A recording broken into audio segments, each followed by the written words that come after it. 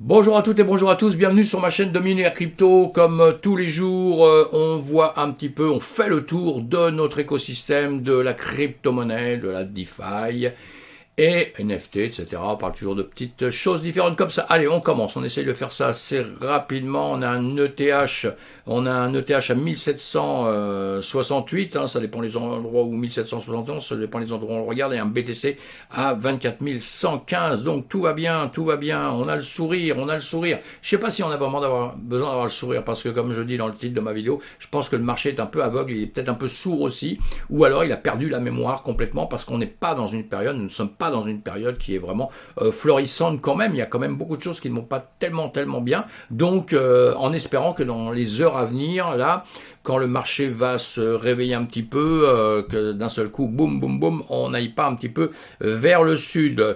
L'Ukraine, c'est toujours pas terminé, hein, évidemment, nous savons ça, toujours la guerre en Ukraine, et en plus de ça, on a la Chine maintenant qui va peut-être entrer en guerre avec Taïwan. Ça, on attend, on attend rien, mais on suit tout ça évidemment de près, hein, la bourse de Paris en hausse, attentive à la Fed aussi, ça aussi, vous voyez, toutes les nouvelles, si on regarde bien, pourquoi elles sont attentives à la Fed, parce qu'il va y avoir des annonces mercredi, on le sait très bien, hein, on vit annonce après annonce, hein, du système traditionnel, parce que le crypto-monnaie suit le système traditionnel, même si j'ai lu dans les articles que je vous ai pas mis là, comme quoi c'était faux, que la crypto-monnaie ne suivait pas du tout le marché traditionnel. Ça c'est une grosse erreur, et ça suit le marché traditionnel, hein. Et pour l'instant, pourquoi? Parce que ce sont les mêmes qui investissent, les gros investisseurs sont déjà dans les marchés traditionnels, et en plus ils croient à la crypto, donc ils investissent dedans. Mais quand c'est en ce moment dangereux comme en ce moment, c'est des actifs risqués, donc on enlève un peu nos billes, on les protège pour pas tout perdre, évidemment, hein, c'est comme ça. Ils vont rentrer dedans en force dans pas longtemps. Allez, on continue d'avancer. Le marché, je vous les suis tous les matins, évidemment, le marché traditionnel. On a ouvert un petit peu en hausse pour après redescendre, pour après remonter un peu là en 15 minutes, hein, partout. Donc on se pose un peu des questions, on se demande comment ça va se passer. Mais là, vous voyez, hein, de l'ouverture ici, vous voyez les points jaunes que je vous mets, hein, monté, descendu pour remonter. Voilà. Donc on est dans l'ensemble, on y croit, hein, tout le monde y croit, hein, c'est extraordinaire. Le S&P 500, on va attendre l'ouverture cet après-midi, donc du S&P 500, de Nasdaq, etc. Le marché américain, bon, moi ce que j'attends sur le marché américain, ce serait qu'il repasse au-dessus cette moyenne mobile 200. Vous voyez ici en rouge que j'ai, hein, où j'ai la ligne de démarrage d'aujourd'hui là, et cet après-midi il va partir, évidemment, les gens vont aller trader là-dessus, travailler énormément dessus à l'ouverture et tout. On verra bien s'il va partir sur le nord, vers le nord ou vers le sud, hein. On verra cet après-midi. Allez, on s'attaque un peu à notre système, nous, crypto, l'affaire M. Cox sur le point de se clôturer pour les vieux qui sont là-dedans. Je parle des vieux, pas comme moi, les vieux en temps dans la crypto. On est tous au courant de ça, donc on suit ça de près, évidemment, voir un peu comment tout ça va se passer. Voilà, hein, donc beaucoup d'argent de perdu à une époque. On va voir un petit peu les résultats de tout ça. The Merge va entraîner une guerre civile au sein d'Ethereum. ActuCrypto.info qui nous dit ça, évidemment. D'autres en parlent, il y en a qui parlent que ça va bien se passer, d'autres qui vont dire que ça va mal se passer. On attend tout ça, ça va être en septembre.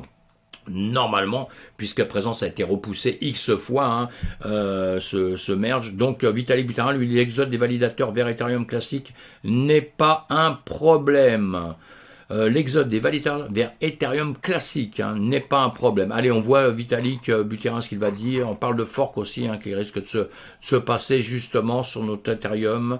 Donc prédiction Ethereum vers 5000 $ avec la migration. Vous voyez, vous verrez beaucoup d'articles, hein, qui parlent de ça, hein. Comme d'habitude, hein, on s'avance un peu sur plein de choses, mais on verra déjà que ça sort en septembre, et on va voir après comment ça va se passer. On suit de près, et ceux qui sont traders, ceux qui veulent justement faire attention, trader, etc., ou acheter, etc., ben, nous sommes prudents, hein. On est méfiant dans ce qu'on va faire à l'achat ou à la vente, hein, parce qu'il va se passer quand même quelque chose, je pense, au moment où tout ça va vraiment être déclaré. Voilà, qu'est-ce que c'est? Régulateur. Ah oui, les régulateurs, ils cherchent un petit peu, je vais vous mettre en français. Voilà, si c'est possible, si ça peut se faire. Voilà, les régulateurs cherchent comment ils veulent nous manger comme toujours, hein. Ils ne savent pas en ce moment si c'est la SEC qui va s'occuper de nous, hein, la Security and Exchange Commission, ou alors est-ce que ça va la SFT, CFTC qui va s'occuper de nous dans l'avenir. Vous voyez, ils se bagarrent pour nous réguler, c'est pas mal quand même, hein. Ils se bagarrent pour nous réguler parce qu'effectivement il y a des petits changements, hein, entre les commodités, les actions, tout ça. Bon, il y a plein de choses qui sont un petit peu différentes dans le système qui est un peu complexe. Mais en tout cas, ils ne parlent pas de nous oublier, quoi. Hein. En tout cas, ça c'est la première des choses. Là, on a un monsieur qui est Jim Robert. Pardon. Eh bien, lui...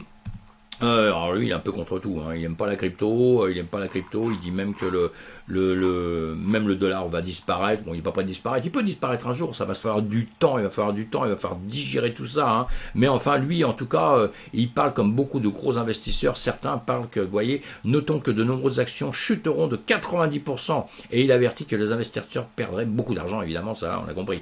Il a également prédit la fin du dollar américain. Voilà, il a prédit beaucoup de choses. Hein. Ils sont tous après voir une tonne de choses. Moi, je dis, il faut bien suivre les marchés. On fait au fur et à mesure que le marché va faire. Évidemment, quand on perd 90% ou si on repère encore 40-50% sur nos cryptos, sur des actifs classiques, etc. Et les actifs classiques, on perd beaucoup moins, évidemment, mais le résultat est à peu près le même, puisque quand ça remonte un peu, ça remonte avec beaucoup moins de volume. Donc, Bitcoin fait son entrée en beauté à Dubaï avec une société comme Mainu, entre à Dubaï, une grosse société qui rentre à Dubaï, qui, ça pousse un peu le BTC partout. Dubaï très intéressé, hein, évidemment, par rentrer les entreprises qui s'impliquent avec la crypto-monnaie, puisqu'ils ont bien compris que ça pourrait être quelque chose d'assez fabuleux. Si tout ça remonte, ils auraient une tonne de clients qui viendraient dans les pays, évidemment. C'est pour ça que la plupart sont un peu, enfin pas beaucoup justement, pas assez, sont un petit peu chauds dans tout notre écosystème. Hein. Wells Fargo, les actifs numériques sont l'innovation au même titre qu'Internet, quoi. Voilà, bravo, ça c'est tout à fait ce que je pense, hein, pareil, hein, c'est un monsieur qui nous donne des infos là-dessus, de ce qu'il pense.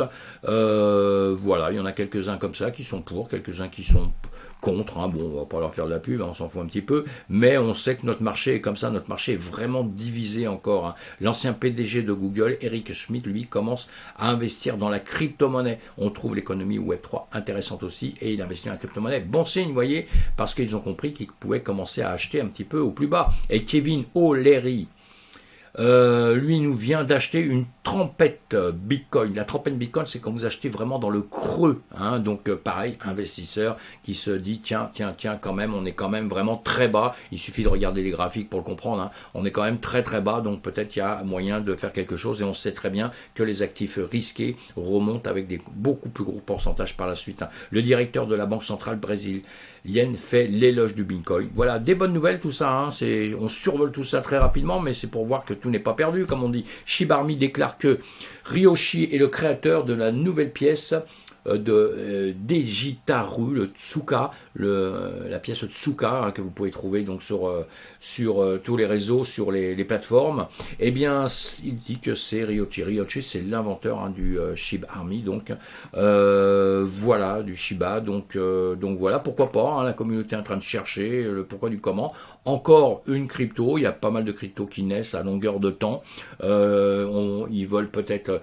bon, si c'est le même inventeur que le Shiba Inu, je vois pas pourquoi il va venir concurrencer le Shiba Inu. Hein, c'est un petit peu, je trouve ça un petit peu stupide là. Mais en revanche, concurrencer le Dogecoin, on sait, hein, puisqu'on a d'un autre côté Elon Musk qui en fait la pub. Crypto, Decentraland autorise le retrait de Bitcoin dans le métaverse. Bonne annonce, Decentraland, tout le monde connaît. Hein. Bonne annonce. Tamadodge Beta Pressa lève plus d'un demi-million de dollars en quelques jours. On en a parlé, hein, pareil, est-ce que c'est le prochain Dogecoin? Tout le monde veut remplacer tout le monde, alors que le soleil brille pour tout le monde. Hein. Il peut y avoir un chemin pour tout le monde, il ne faut pas toujours voir les choses vraiment en concurrence, mais en tout cas, il faut creuser les projets pour pas aller sur des projets hein, de merde, entre guillemets, qui pourraient s'effondrer complètement après. En tout cas, évidemment, beaucoup de gens savent qu'on rentre très tôt pour revendre rapidement après, pour faire des gains. Ça, c'est tout à fait possible. Je vous donne pas de conseils en investissement. Hein. Moi, je vous dis surtout d'être prudent. Je vous donne des conseils de potes, des conseils d'amis. Et je vous dis surtout d'être prudent dans tout ça. 60 millions de NFT pourraient être frappés en une seule transaction. C'est le fondateur de Starkware qui nous dit ça. Fondateur de Starkware a annoncé le lancement de sa nouvelle technologie de preuve de validité récursive le 7 août à Séoul. Voilà, un projet en plus. Hein. Voilà, tout ça, on creuse. Un Crypto Coca-Cola lance une collection NFT sur Polygon. Ça va peut-être booster un petit peu. Hein. NFT sur Polygon, c'est bien aussi. Voilà, encore un de plus, hein, on est tous à rentrer dedans à longueur de temps. Comprendre les chemins de la dérivation d'un portefeuille Bitcoin. Alors ça, c'est un peu plus technique, je mettrai le lien, c'est un peu plus technique. C'est pas mal, hein, structure du portefeuille HD, dérivation d'une paire de clés d'enfant, chemin de dérivation, conclusion. Pour les gens qui sont un petit peu plus, comment dire...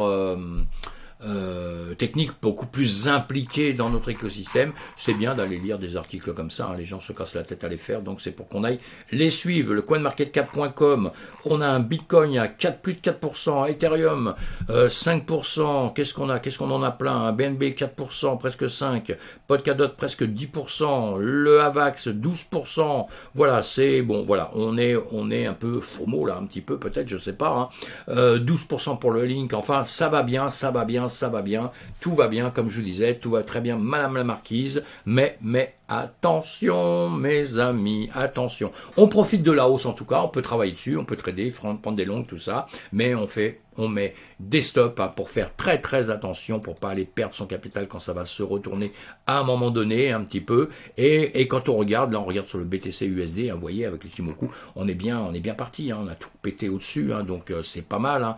On va regarder ici le S&P 500, je pense qu'on l'a vu tout à l'heure, je me souviens plus si je vous l'ai fait voir ou pas. En tout cas, si je vous l'ai fait voir, hein, il faut remonter par ici. Hein. Mais on va regarder le BTC, hein, voilà.